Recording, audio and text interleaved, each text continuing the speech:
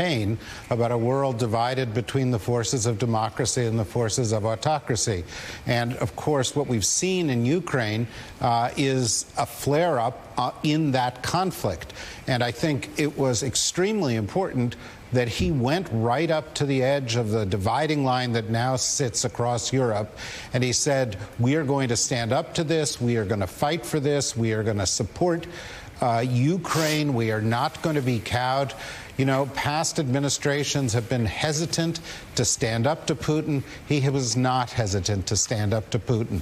I think the message of the speech from beginning to end was of strength. And I also think that it was a speech that resonated not just in the context of Ukraine, but in the context of a shift. The United States and Europe and our allies are looking at Russia in terms of a long-term threat. They are not going to be satisfied simply to end this war, hopefully to win this war, but they are going to require that Russia stays where it is, that it stops its talk of aggression.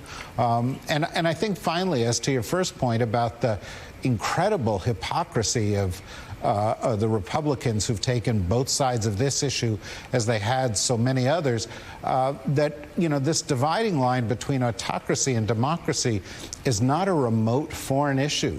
We are fighting that war right here, right now, with people like Donald Trump and others in his party seeking to undermine American democracy and embrace hallmarks of authoritarian governments. So, historical speech, strong, and significant resonance both at home and abroad.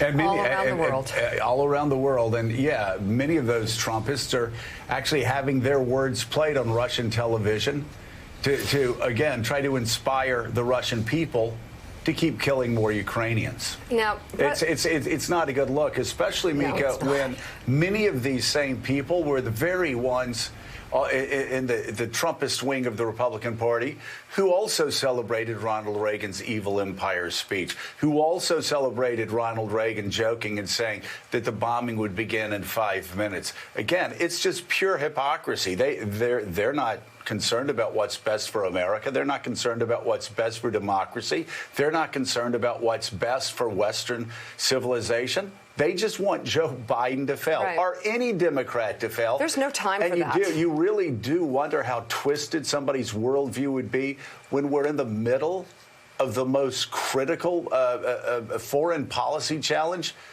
since the end of World War II. Yeah.